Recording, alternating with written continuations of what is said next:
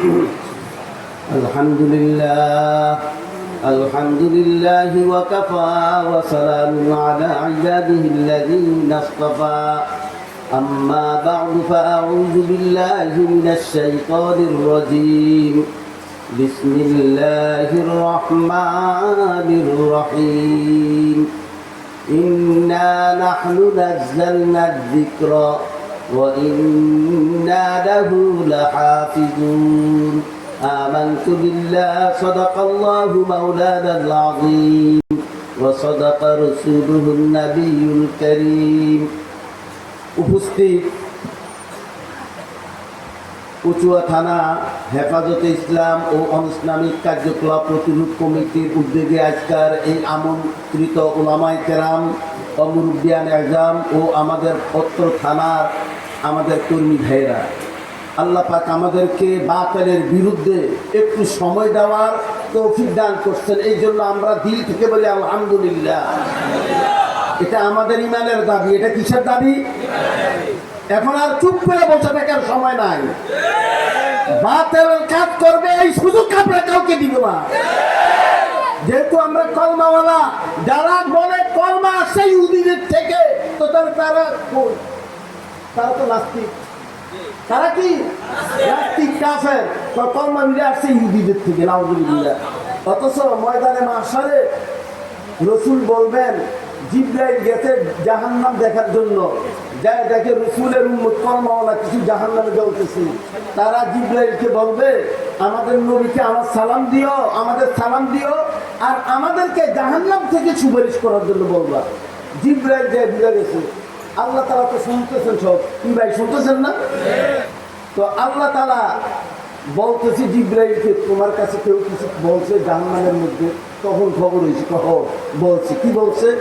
বলে জাহান্নামীরা রসুলের আখির জমানার উম্মত, যারা কলমা করার পরেও জাহান্নামে গেছে গুনার কারণে, তারা বলছে রসুলকে সালাম দিতে, রসুল তাদের জন্য সুপারিশ করতে।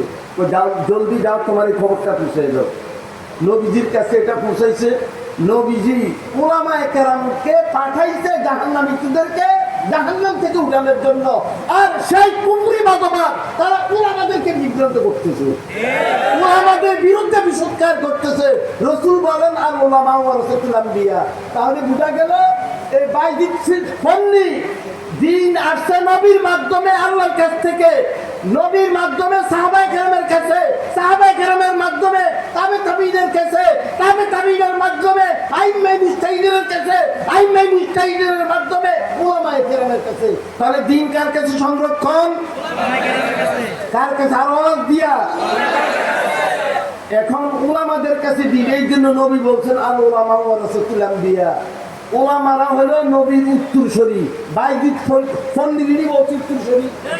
এই জাহিলকে, এই বিড়িখোরকে উত্তরসূরি বলছে। তাহলে সে নতুন ধর্মের আবির্ভাব করতেছে। এটা তো তার বানানো। হিন্দু ধর্ম যেরকম বানানো, খ্রিস্টান ধর্ম যেরকম বানানো, বাইজিদ খানের ধর্ম বানানো ধর্ম।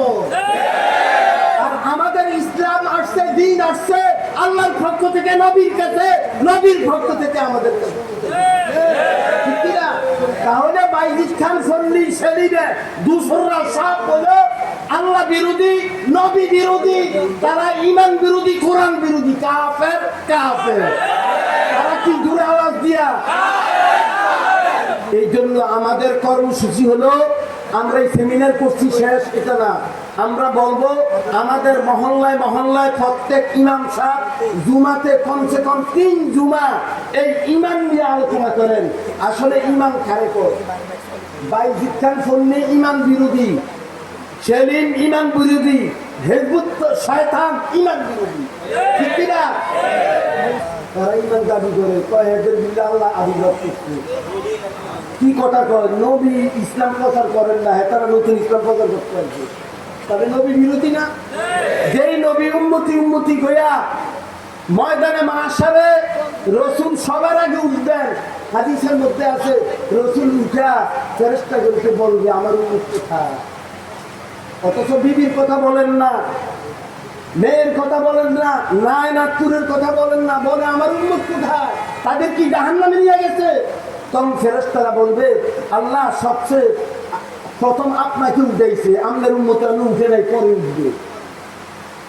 যেই নবী এত কষ্ট করছেন আর এই বদমাসটি কয় যে নবী দিলে নবীর হক আদায় করেন না, তাহলে তারা নবী বিরোধী না নবীর হককে আপনারা বলেন? আরো জোরে আওয়াজ দিয়া নবী বিরোধী। এই জন্য আল্লাহ তাদেরকে হেদায়েত দান করুক। আমরা বদুয়া দিই না, হালাক করতে বই না। আল্লাহ তাদেরকে পরিপূর্ণ এই বদ্দিন থেকে ফিরার তৌফিক দান করেন। সবাই বলেন আমিন।